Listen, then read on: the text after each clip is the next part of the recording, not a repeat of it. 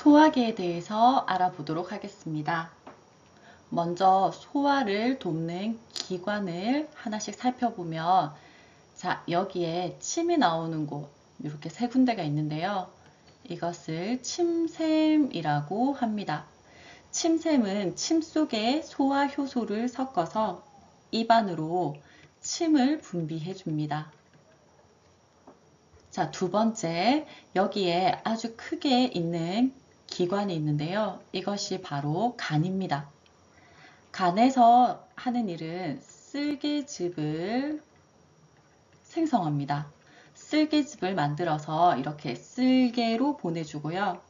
그 다음에 영양소를 저장합니다. 그리고 마지막으로 독성 물질을 해독해주는 역할을 합니다. 다음은 여기에 녹색으로 표현되어 있는 쓸개입니다. 쓸개는 실제로 쓸개즙을 저장해 두었다가 소장으로 음식이 들어오면 배출해 줍니다.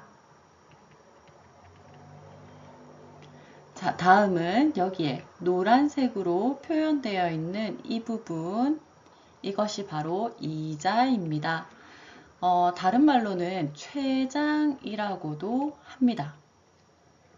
이자에서는 이자액을 분비하는데요. 이 이자액이 소장으로 분비되면서 탄단지의 소화효소가 모두 나옵니다. 그래서 이자액은 매우 중요한 역할을 합니다. 여기에 그림으로 표현된 것들이 전부 소화계에 해당됩니다. 다음은 소화관인데요. 이 소화관이라고 하는 건 음식물이 직접 지나는 길을 말합니다. 음식물을 제일 처음에 입으로 먹게 되면 식도를 지나게 되고요. 식도를 지난 음식물은 바로 위로 가게 됩니다. 그리고 위에서 소장으로 갔다가 음식 영양분이 다 흡수되고 나면 대장으로 가고 마지막으로 항문으로 빠져나오게 됩니다. 그러면 소화관을 하나씩 살펴보겠습니다. 입, 식도, 위, 소장, 대장, 항문 이렇게 살펴보겠습니다. 먼저 입에서는 이가 음식을 잘게 부숴줍니다.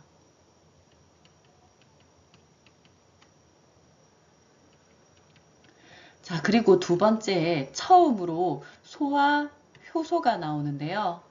아밀레이스라고 하는 소화 효소가 이 침샘에 섞여서 녹말을 조금 작은 형태로 소화시켜 줍니다. 몇 당 정도로 소화시킨다고 해보겠습니다. 다음 식도는 입과 위를 연결해주는 관입니다. 위는 이렇게 주머니 모양으로 생겼고요. 위에서는 두 가지가 나오게 되는데요. 위액에서 두 가지, 먼저 염산과 펩신이라는 것이 나오게 됩니다. 염산은 왜 중요하냐면 음식물이 따뜻하게 들어와서 체온 정도의 온도에 있으면 이렇게 음식물이 상할 수 있기 때문에 여기서는 음식물을 살균해주는 역할을 염산이 합니다. 그리고 이 펩신은 두 번째로 나오는 소화효소로서 단백질을 중간 크기로 소화시켜줍니다. 중간 크기의 단백질로 소화시켜줍니다. 이것이 두 번째 소화효소입니다. 소장에서는 가장 중요한 것들이 나오는데요. 먼저 쓸개에 저장되어 있던 쓸개즙이 나옵니다. 얘는 소화효소는 아니에요. 그러니까 지방을 소화시켜주는 건 아니고 지방을 작은 알갱이로 쪼개주는 역할을 합니다. 그러니까 단순히 부순다고 생각을 하면 되겠습니다. 소화는 아닙니다. 그리고 두 번째로 소장에 이자액이 나온다고 했습니다. 이 이자에게는 세 가지의 소화 효소가 있는데요. 먼저 트립신. 얘는 단백질을 아미노산으로 바꿔주는 역할을 합니다. 아까 펩신에 의해서 중간 단백질 정도의 크기로 잘렸던 것이 소장에서 이자액에서 분비된 트립신에 의해 단백질에서 아미노산으로 확실하게 소화가 됩니다. 다음은 아밀레이스입니다. 자, 침 속에 있던 아밀레이스가 녹말을 엿당으로 분해해주고요. 그러면 이자기에 있는 아밀레이스는 엿당을 포도당으로 마지막 산물로 부숴줍니다. 소화시켜줍니다. 마지막으로 라이페이스라고 하는 소화 요소가 나오는데 이것은 지방을 작은 알갱이로 쪼개진 지방을 지방산과 모노글리세리드로 분해해주는 역할을 합니다. 자, 그래서 여기에 보면 침 속의 아밀레이스, 그리고 위액 속의 펩신, 이자액 속의 트립신, 아밀레이스, 라이페이스가 소화 효소라고 할 수 있습니다. 자, 대장에서는 이제 이렇게 분해되었던 아미노산, 포도당, 지방산과 모노글리세이드가 소장에서 흡수가 다 되고 남은 찌꺼기들이 배출이 되는데요. 이 남은 찌꺼기가 아직 수분이 많은 상태이기 때문에 물을 흡수해주는 역할을 대장에서 해줍니다. 그리고 수분이 빠진 찌꺼기가 몸 밖으로 배출되는 것이 항문입니다. 자, 이제 그림으로 한번 살펴보겠습니다. 자, 여기 녹말이 있는데요.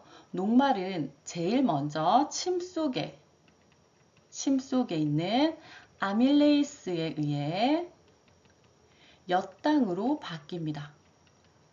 자, 그리고 식도를 지나고 위를 지날 때까지 아무 일이 일어나지 않습니다. 그리고 마지막 소장에서 이자액에 있는 아밀레이스가 엿당을 포도당으로 분해해 줍니다.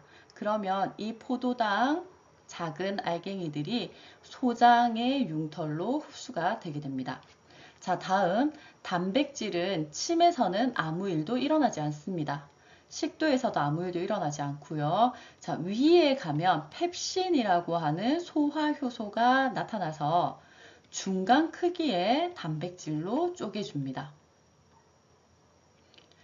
자, 그리고 이자액에서 나온 트립신이라고 하는 소화 효소가 단백질을 아미노산으로 바꿔줍니다.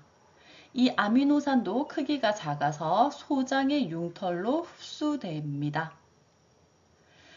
자, 마지막으로 지방입니다. 지방 덩어리는 침에서 아무 일이 일어나지 않고요. 물론 이가 잘게 부숴주긴 합니다. 그리고 위에서도 아무 일도 일어나지 않습니다. 자, 하지만 쓸개즙에 의해서 작은 크기로 부수어 줍니다. 자, 얘는 소화는 아니라고 했습니다. 소화 효소가 관련한 게 아니기 때문에 쓸개즙은 소화 효소는 아닙니다. 그리고 이자에서 나온 라이페이스라고 하는 소화 효소가 지방을 지방산과 모노글리세리드로 바꿔서 얘들도 역시 소장의 융털로 흡수됩니다. 포도당과 아미노산과 지방산과 모노글리세리드는 모두 소장의 융털로 흡수가 되어 사용됩니다. 네, 수고하셨습니다.